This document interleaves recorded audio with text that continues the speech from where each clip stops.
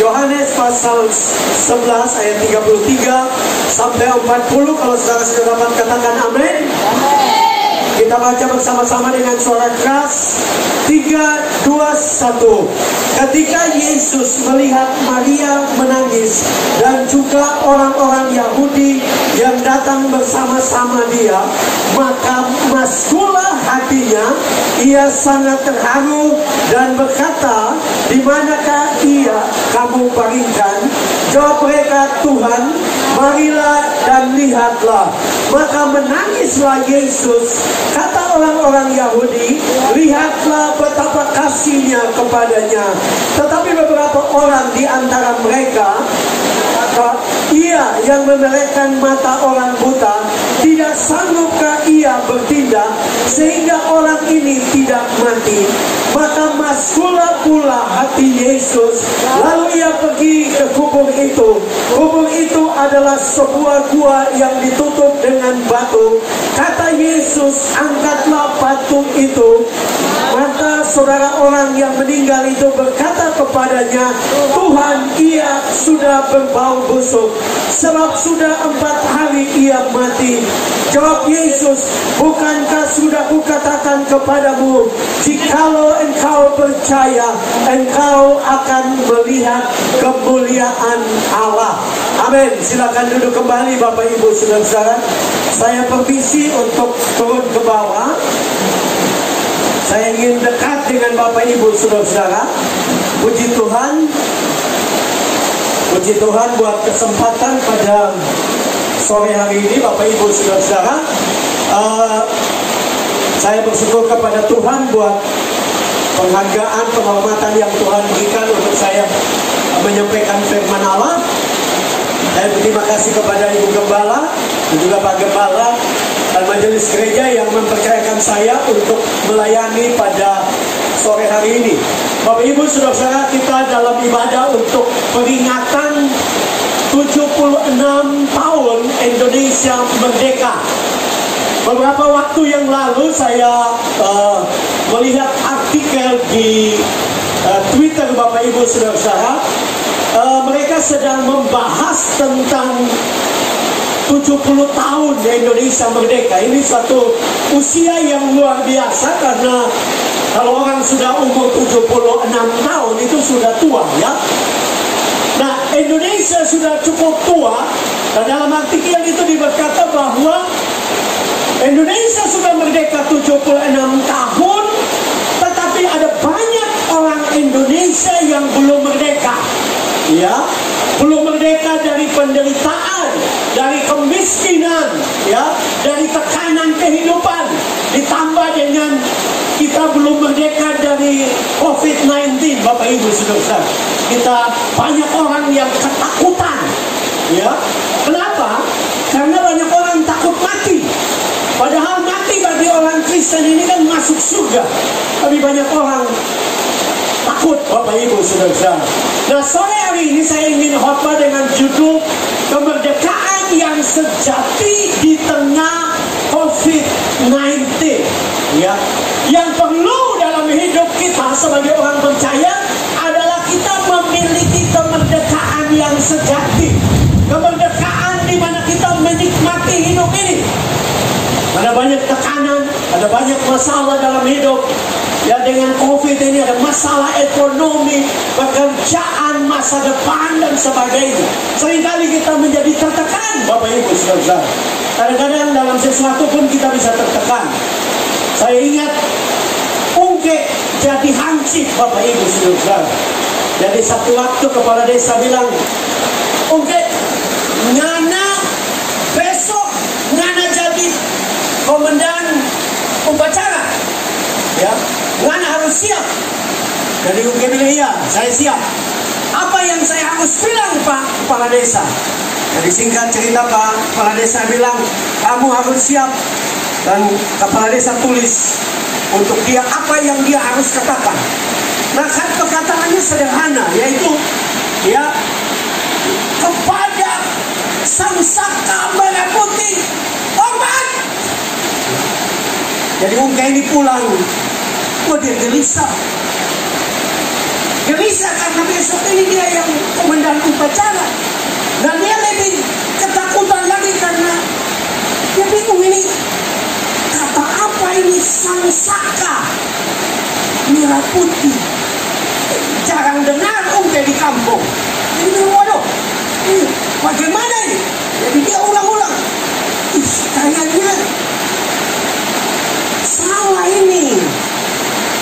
singkat cerita dia lupa.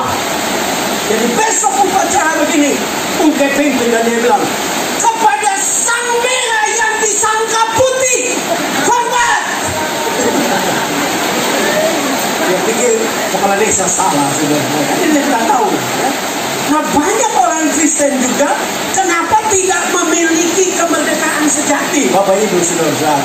Karena mereka tidak mengerti rencana Tuhan. Ya, kalau kita belajar Alkitab dengan baik, Bapak Ibu Saudara, sifat Tuhan adalah mengasihi kita. Amin. Jadi biar mau COVID pun jangan pernah pikir Tuhan sedang marah kepada engkau. Enggak, dia tetap mengasihi engkau. Amin. Karena itu sifat Tuhan. Bilang temanmu di sebelah, sifat Tuhan adalah mengasihi kamu. Supaya dia tahu, ya, supaya dia tidak tertekan di dalam kehidupan ini. Nah, sifat iblis adalah menghancurkan kita. Ya, itu sifat iblis. Dan Alkitab, ayat-ayat yang sedang kita baca adalah puncak yang Yesus tunjukkan tentang kemerdekaan yang sejati di dalam Dia, yaitu kemerdekaan dari kematian yang kekal. Amin. Kalau kita percaya kepada Dia, kita tidak perlu takut. Amin. Apapun terjadi, bahkan kematian pun kita tidak takut. Amin. Karena kalau kita mati, kita akan pergi. Mengatakan bahwa Tuhan sangat mengasihi mereka. Amin. Dan Tuhan juga sangat mengasihi saudara. Amin. Dan itu apapun yang terjadi, mau varian Delta Plus kah, mau Delta apapun, Bapak Ibu Saudara-saudara, kita tetap percaya bahwa kita dikasihi oleh Tuhan. Amin. Dan Tuhan punya rencana yang besar bagi hidup kita. Amin. Hari kembali. Nah, ada dua hal yang kita bisa belajar kemerdekaan yang sejati di tengah krisis COVID-19. Ya. Nah, Bapak Ibu Saudara-saudara, kalau Bapak Ibu Saudara baca seluruh perikop dari Yohanes pasal 11, Bapak Ibu Saudara akan memperhatikan bahwa berulang-ulang, atau yang saya perhatikan di dalam bagian ini, perikop ini ada 3 kali Alkitab mengatakan bahwa Yesus mengasihi Lazarus. Ya. Jadi yang pertama yang kita bisa belajar, ya, daripada kebenaran ini, bahwa kemerdekaan yang sejati di tengah krisis COVID-19 adalah karena Tuhan sangat mengasihi saya dan saudara. Amin. Dia sangat mengasihi engkau, tidak peduli keadaan kita. Amin. Amin. Karena dia mengasihi kita apa adanya. Amin. Dia mengasihi saudara apa adanya. Dia tidak menuntut saudara jadi malaikat dulu baru dia mengasihi. Dia mengasihi, Alkitab mengatakan, dia mengasihi kita waktu kita masih berdosa. Dia sangat mengasihi engkau.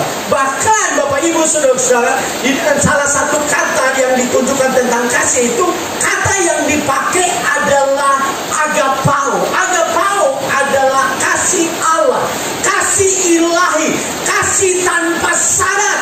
Dia mengasihi kita tanpa syarat apapun. Dia mengasihi kita bukan karena kita sempurna, bukan karena kita paling rajin gereja, tapi dia mengasihi kita karena kita percaya kepada dia. Amin. Nah, Bapak Ibu Saudara-saudara, saya perlu untuk menjelaskan kebenaran ini karena Bapak Ibu Saudara-saudara, ada kebenaran yang perlu kita perhatikan. Ada kata yang diulang-ulang di ayat yang kita baca tadi. Kata ini tidak umum, ya, sama seperti ungkep tadi. Kata sangsaka merah putih itu tidak umum. Kata yang tidak umum dalam ayat yang kita baca adalah masgula hati Yesus. Ya, mungkin sepanjang hidup Bapak Ibu kalau tidak baca Alkitab tidak pernah ketemu kata ini. Apa maksudnya? Ya, kata masgula. Nah, Bapak Ibu Saudara-saudara, kata itu mempunyai arti yang dalam. Ya. Nah, Bapak Ibu Saudara, kalau kita meneliti di dalam bahasa asli, kata maskula itu di dalam bahasa asli itu adalah embrio mahe yang mempunyai arti, Bapak Ibu Saudara, kemarahan, tapi kemarahan yang kudus, kemarahan yang dibangun oleh kasih. Ya. Nah, Bapak Ibu Saudara, kalau kita lebih dalam mengerti tentang apa sih Pak Pendeta maksudnya dengan kemarahan yang kudus. Alkitab tadi kita baca bahwa Yesus sangat mengasihi Lazarus dan saudara-saudaranya, Maria dan Marta. Karena dia begitu mengasihi, waktu dia dengar Lazarus sakit dan kemudian mati, dia marah. Marah, tapi marah yang kudus. Marah, tujuan marahnya adalah kepada iblis. Ya. Saya bisa gambarkan contoh sederhana, Bapak Ibu Saudara. Kalau saudara, contohnya saudara punya keluarga ada di Halmahera atau ada di Manado, ya. Dan saudara dengar dia sakit. Nah, saudara kemudian saudara berdoa, ya. Saudara berdoa dan sudah berdoa tapi tidak ada kemajuan. Dan tiba-tiba dia meninggal. Saudara menjadi marah, saudara menjadi jengkel, ya, karena saudara mengasihi, contohnya orang tua saudara. Jadi saudara marah, tapi karena saudara sayang. Nah, Yesus marah kepada iblis yang menyebabkan kematian. Dia marah sekali karena dia mengasihi Lazarus. Dia marah kepada iblis yang mendatangkan kematian karena dia mengasihi Lazarus. Nah, Bapak Ibu Saudara-saudara, ini pelajaran baik buat kita semua, termasuk saya, orang Timur. Ciri dari orang Timur adalah orang Timur itu memang suka emosi. Tapi saudara harus baca Alkitab dengan baik, bahwa Yesus sepanjang 33 tahun hanya satu kali marah dan satu kali marah kudus. Satu kali marah dia marah kepada dosa. Dia marah karena orang-orang Yahudi menjadikan halaman bait Allah menjadi tempat bisnis yang kotor. Ya, bukan masalah bisnisnya, kekotoran di dalam bisnis itu yang membuat dia marah, karena mereka mempermainkan umat Israel dengan berdagang dan sebagainya. Contoh sederhana, kalau orang Israel datang membawa domba untuk dipersembahkan, waktu mereka datang, mereka sudah berpotong. Waktu cek, karena domba itu harus dicek, tidak boleh ada kekurangan atau cacat. Waktu dicek, mereka bilang, wah ini domba ada cacat, ganti. Orang kan jauh, datang dari negara lain, kadang-kadang bawa mau persembahkan. Dia bilang cacat, mau pulang lagi, mau ambil domba. Orang bilang kalau tidak bisa pulang, ada domba jual di sebelah itu, beli, terus bawa. Nah, itu yang Yesus marah karena dosa. Ya, jangan marah anjing lewat marah, ya. Kucing lewat marah. Ini yang salah anjing atau kucing atau kita. Ya. Nah, kita kembali kepada kebenaran yang saya ingin angkat. Kebenaran tentang Tuhan begitu mengasihi kita. Kita sedang hidup di dalam dunia yang penuh dengan ketakutan. Ada orang-orang juga bisa meragukan Tuhan. Orang bisa berkata, tuh keadaan begini Tuhan masih sayang, Tuhan kata ada ini, ya, Tuhan masih ada kata ada. Oh, makin lama bukan, ya, virus makin turun, makin banyak. Saya mau katakan, dalam situasi apapun Tuhan tetap mengasihi engkau. Amin. Dalam situasi apapun Tuhan sayang kepada engkau. Nah, Alkitab, Bapak Ibu Saudara-saudara, mengatakan bahwa saya dan saudara ini adalah anak Allah. Ya, saudara semua anak Allah.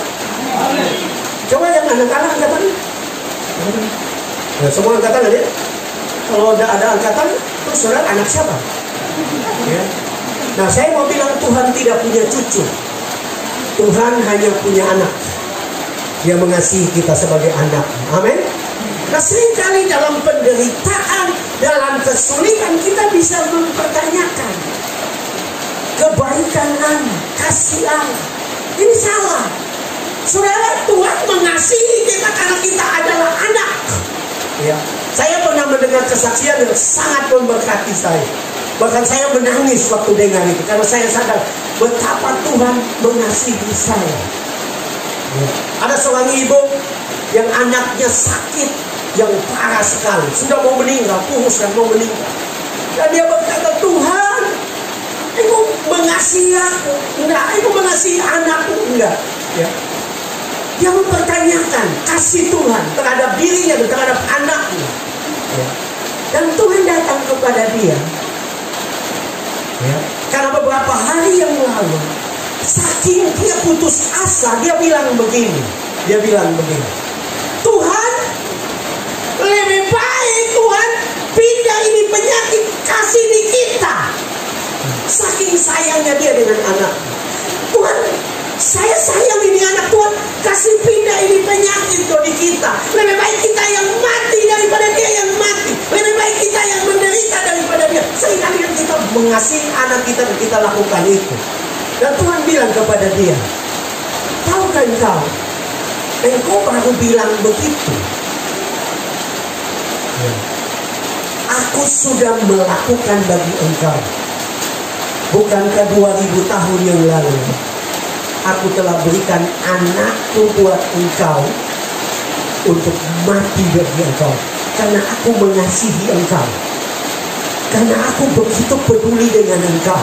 Karena aku mengasihi engkau. Aku mau menolong engkau dari semua kesulitan hidupmu. Mau mengangkat engkau. Karena aku punya rencana yang besar. Tuhan rela memberikan anaknya yang tunggal. Nah, mesti memahami anak yang tunggal yang benar. Ya, banyak kali orang dari kelompok sebelah selalu bilang, orang Kristen kamu gila. Masa Tuhan punya anak? Kita memahami istilah anak itu bukan karena lahir, ya. Lah kalau begitu, anak kunci artinya kunci melahirkan, enggak kan? Kan ada yang anak kunci kan? Ada anak kunci, betul enggak? Betul enggak? Kan ada yang disebut juga dengan anak. Tapi apakah itu karena dia melahirkan? Tidak. Anak Allah itu bicara tentang kedekatan, keintiman, sesuatu yang paling disayang. Nah, waktu saya mendengarkan kisah itu, bagaimana Tuhan berkata, engkau yang manusia saja bisa bilang, kasih pindah itu penyakit di saya. Saya mau katakan, saya mengasihi anakmu. Dan saya akan melakukan hal-hal yang besar. Saya tidak tahu hidupmu malam ini, Bapak Ibu Saudara. Tapi saya mau katakan Tuhan mengasihi engkau. Dia kenal engkau secara pribadi. Dia tahu namamu. Dia tahu malam engkau bergumul buat apa. Dia tahu engkau mencucurkan air mata buat suamimu. Engkau mencucurkan air mata buat anakmu. Engkau mencucurkan air mata atau engkau susah oleh karena engkau sulit secara ekonomi. Dia tahu. Dia tahu. Apakah Yesus tahu Lazarus sakit parah? Ini kan serius. Tahukah saudara, ini bukan penyakit buang-buang air, ya. Perjalanan yang dilakukan ini Bapak Ibu Saudara, ini perjalanan jauh. Karena Yesus dia ada di seberang Yordan, jalannya itu 2 hari. Jadi artinya penyakitnya serius. Tapi Alkitab mengatakan bahwa Yesus bahkan sengaja. Ya. Nah, nanti kita akan belajar lebih dalam. Tapi intinya Tuhan mengasihi saudara. Dia mengasihi kita apa adanya. Dia sayang kepada Frans. Dia sayang kepada Pak Tonci. Dia sayang kepada siapapun saya dan saudara. Dia sayang kita. Dan dia masih tetap punya rencana yang besar. Mungkin engkau berkata, Pak Pendeta, COVID ini bikin semua menjadi rusak, menjadi kacau. Masa depan saya lebih kacau. Saya mau katakan, Tuhan tidak ditentukan oleh COVID. Amin. Tuhan tidak dipengaruhi oleh Lazarus yang mati 4 hari. Tuhan tidak dipengaruhi oleh itu. Dia Allah yang besar. Dia mengasihi kita. Dia punya rencana yang besar bagi kehidupan kita. Yang kedua, Bapak Ibu saudara yang kekasih dalam Tuhan Yesus, kalau kita belajar di dalam ayat yang ke-40, sebenarnya ada 2 kali Yesus berkata, dalam ayat yang keempat dia katakan penyakit itu akan mendatangkan kemuliaan Allah. Dalam ayat yang ke-40 dikatakan, bukankah aku telah berkata kepadamu, kamu akan melihat kemuliaan Allah. Yang kedua Bapak Ibu saudara, kemerdekaan sejati di dalam krisis COVID-19 adalah kita akan mendatangkan kemuliaan bagi nama Tuhan. Amin. Banyak yang tidak percaya, kasihan. Saudara akan mendatangkan kemuliaan bagi nama Tuhan. Amin. Karena apapun masalah, Yesus berkata kepada Lazarus bahwa penyakitnya tidak akan mendatangkan kematian. Saya mau tanya kepada saudara, Lazarus mati tidak? Mati.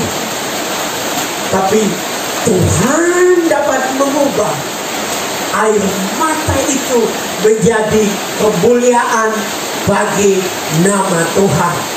Ya. Nah Bapak Ibu saudara, kata kemuliaan itu berasal dari bahasa Yunani doxa. Doxa itu berbicara tentang kehormatan, keagungan, penghargaan yang luar biasa. Nah Tuhan mau supaya saya dan saudara sebagai orang percaya, waktu kita mengalami sesuatu itu akan mendatangkan kemuliaan bagi nama Tuhan. Tepuk temanmu di sebelah dan katakan, masalahmu akan mendatangkan kemuliaan bagi nama Tuhan. Iya, masalahmu akan mendatangkan kemuliaan bagi nama Tuhan. Kenapa saudara-saudara? Kalau kita perhatikan Alkitab, kita baca Alkitab dengan baik, membangkitkan orang mati itu sudah biasa bagi Yesus. Yesus membangkitkan janda di Nain yang anaknya mati. Yesus membangkitkan Yairus, anaknya Yairus yang juga mati. Yesus sudah bangkitkan. Cuman dia membangkitkan baru mati singkat. Sederhananya baru mati 1 hari dia bangkitkan. Dapat dikatakan seperti itu. Tapi Alkitab mengatakan bahwa Lazarus tadi dalam ayat yang ke-41 kalau tidak salah, di situ waktu Yesus suruh buka pintu kubur, ya, Marta bilang, Tuhan, dia yang engkau kasih sudah berbau busuk, sudah 4 hari, ya, ini 4 ya, sudah 4 hari, ya. Nah, saudara, kenapa bisa begitu? Karena Timur Tengah itu panas. Timur Tengah itu seperti Sorong begini atau Indonesia bagian timur. Kalau mayat tidak diformalin, bahkan formalin pun bisa busuk. Ya. Jadi bayangkan tidak diformalin, pada zaman itu teknologi formalin belum ada. Jadi bayangkan 4 hari itu sudah berbau busuk. Sudah terjadi pembusukan, sudah terjadi kerusakan.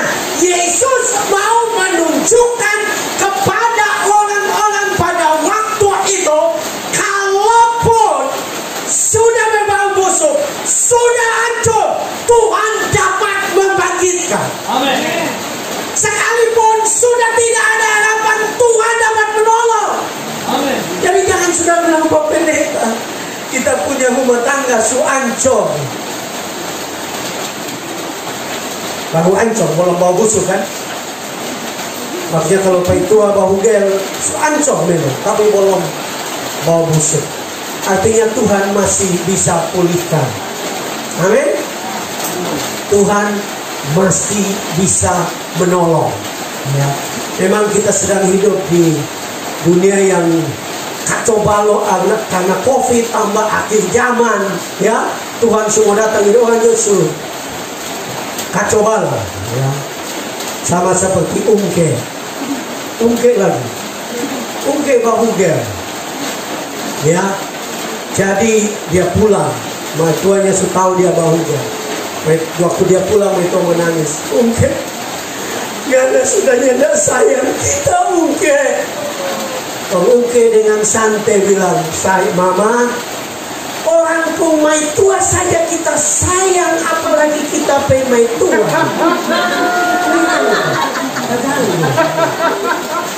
Ya. Bayangkan orang pemai tua saja dia sayang kok, dia pemai tua.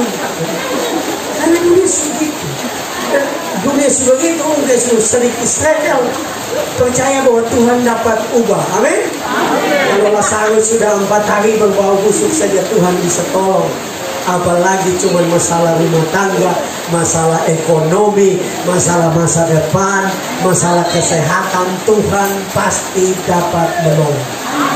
Dia mengasihi kita. Allah kita adalah Allah yang besar, saudara-saudara. Kalau saudara baca Kejadian pasal 1, pasal 2, Alkitab mengatakan bahwa Dia menciptakan dunia ini dengan firman. Dalam bahasa Latin digunakan istilah ex nihilo, dari tidak ada menjadi ada. Apalagi masih ada. Dari tidak ada saja dia bisa bikin. Apalagi masih ada. Dia harus ancur-ancur, dia bisa. Itu sebabnya dia mampu membangkitkan Lazarus. Ya, karena dia adalah Allah yang berkuasa. Apa masalahmu malam ini? Apa ketakutanmu malam ini? Tidak ada yang mustahil bagi Tuhan. Dia dapat menolong kita. Dia lagi di tengah-tengah krisis karena COVID-19, ada banyak masalah. Kita terus percaya bahwa Dia mengasihi kita dan Dia dapat menyediakan dari tidak ada menjadi ada. Amin. Jehovah Jireh, satu nama yang diberikan oleh Abraham waktu Abraham mempersembahkan anaknya Ishak. Karena Tuhan menyediakan domba itu, Abraham memberi nama baru kepada Allah dengan sebutan Jehovah Jireh. Allah menyediakan. Tidak pernah ada domba di gunung tinggi. Yang bisa naik gunung tinggi itu cuma kambing. Domba ada karena Allah bisa menyediakan dari tidak ada menjadi ada. Apa menjadi pergumulan? Apa menjadi impianmu? Apa menjadi doamu? Apa menjadi targetmu? Bapak Pendeta Tonci, target BP tidak ada yang mustahil. Amin. Dia dapat menyediakan dari tidak ada menjadi ada. Amin. Semua teman sudah habis, kepala sudah pusing, dia dapat mengirimkan orang-orang baru. Saya tidak siap ini, Pak Pendeta. Tuhan dapat menyediakan dari tidak ada menjadi ada. Kenapa kita jadi takut untuk sungguh-sungguh percaya kepada Dia? Apapun terjadi, percaya bahwa Dia Allah yang besar. Dia Allah yang mampu menyediakan. Kalau Lazarus yang sudah berbau busuk saja, Dia hanya bilang keluar, Lazarus keluar. Tidak perlu waktu lama, karena Dia berkuasa. Dia berfirman, maka semuanya jadi. Karena Dia adalah Allah yang besar. Tidak ada yang bisa membatasi Dia. Mungkin kau berkata, Pak Pendeta, tapi waktunya sudah begitu singkat. Saya mau katakan 1 menit pun Tuhan dapat menyediakan apa yang kita perlukan. Yang penting kita percaya kepada Dia. Yang penting kita sungguh-sungguh kepada Dia. Biarlah di dalam peringatan 76 tahun kemerdekaan Indonesia, kita betul-betul mengalami kemerdekaan yang sejati. Bukan dibebaskan dari penjajahan Belanda, tapi dibebaskan dari penderitaan, penjajahan, dosa, kemiskinan, ketakutan, kegelisahan. Semua sirna waktu kita percaya kepada Dia. Kalaupun kita mati, Dia telah menunjukkan bahwa Dia mampu membangkitkan Lazarus. Artinya Dia mampu membangkitkan kita kalau kita percaya kepada Dia. Anak-anak muda, serahkan hidupmu kepada Tuhan. Orang tua, taruh hidup harapanmu kepada Tuhan. Dengan COVID ini justru ambil waktu lebih banyak cari Tuhan. Ya, jangan cuma duduk di rumah, hanya nonton online. Kadang-kadang engkau tidak fokus karena ada banyak hal yang engkau mau bikin. Datang di gereja, berjumpa bersama-sama untuk mengalami hadirat Tuhan, mengalami lawatan Tuhan.